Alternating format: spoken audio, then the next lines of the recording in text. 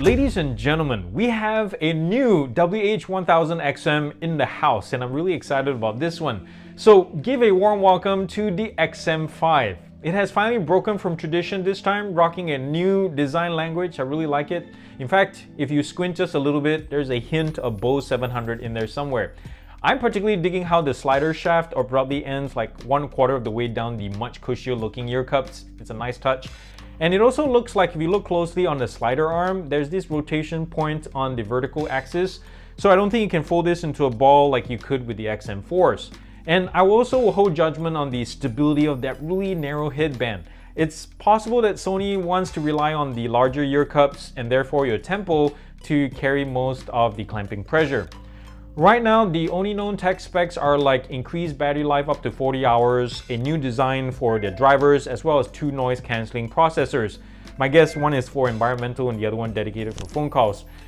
You're probably watching this and saying, Aaron, so what? This is like old news, man, because everyone from like New Stuff TV or DHRME to Aaron is Loud and Wireless, and not let alone all the news outlets out there, have covered this thing for like weeks or months ago. So this is old. Well, I agree with you, but stay with me for a second because I have a reason for talking about the XM5 first, because guess what? I have actual details of the XM6.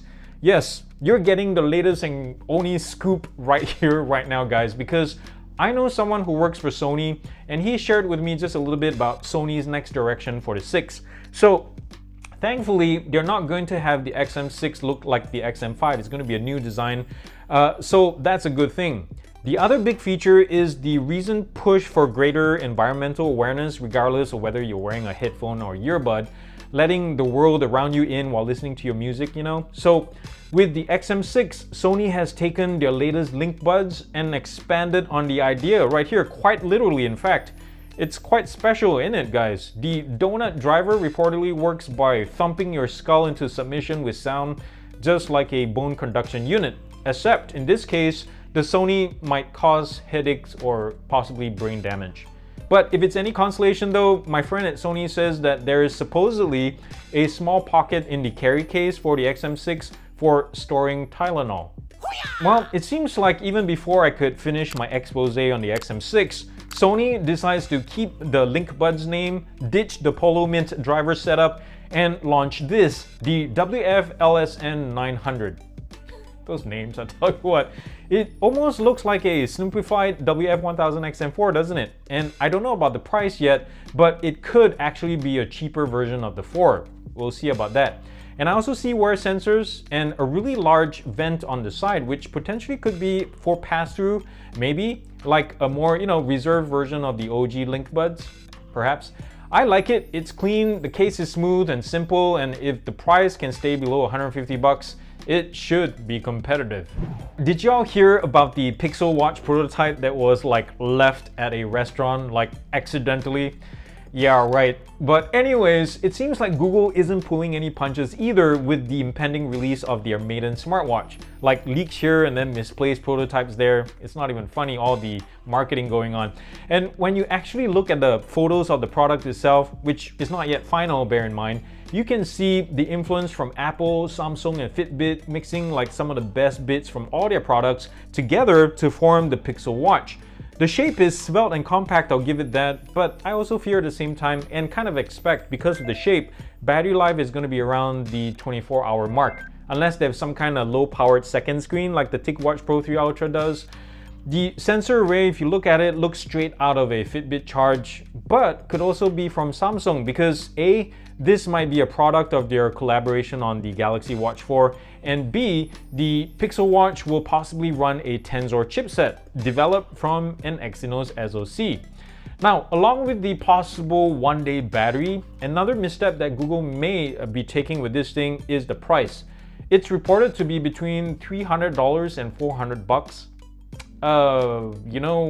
Google's first gen anything like their phones or speakers or whatever usually do not have good track records in terms of bugs and feeling like, you're part of a beta program.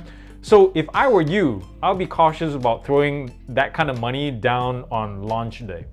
I'm not sure how I feel about the new DJI Mini 3, which may be released as soon as next month. Just look at it. It looks like a crab with two pokey eyes staring right back at you while also doing the upward dog pose, which really to me would seem to increase frontal drag or possibly help with lift or both, but I'm not sure. But still, DJI is taking the fight to Autel's Nano Plus by adding front and rear APAS 4.0 obstacle avoidance this time, a more capable 4K 60 frames per second f1.7 camera set on a true 90-degree gimbal for portrait shots. It rotates this way, longer flight time, a new controller with a built-in screen as an option, yet still staying under 249 grams. Dang dude, if the price is right, this would be a slayer. The OnePlus N20 launched last week, I'll tell you what, is emitting this strong OnePlus One vibe, something long missing from the company, and which I personally thought and most others thought was lost for good. But check this out, the N20 is offering good features for $299. That's it. That's like spare change in today's overpriced, inflation-ridden world. And also, this might be the only phone at this price to offer OLED display. Most others from like TCL or Motorola can only muster LCDs. And even though this thing runs 60Hz refresh rate, I'll take an LED over an LCD pretty much any day. Besides that, there is a Snapdragon 695 with 6 gigs of RAM. Not the bestest, but at least it's a significant step up from the N200 Snapdragon 480. The camera system has also been simplified with a 48 megapixel main and an 8 megapixel wide angle. Gone are the useless 2 megapixel macro and monochrome sensors. Not sure why they exist in the first place, thank goodness.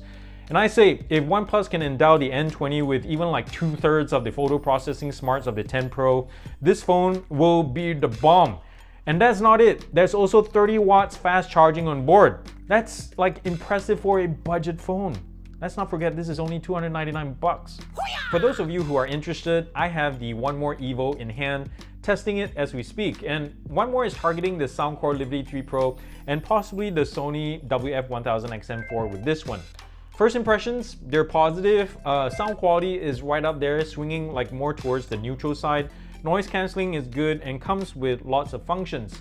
What else? I still don't like Sound ID, but thankfully I haven't needed to play with it just yet.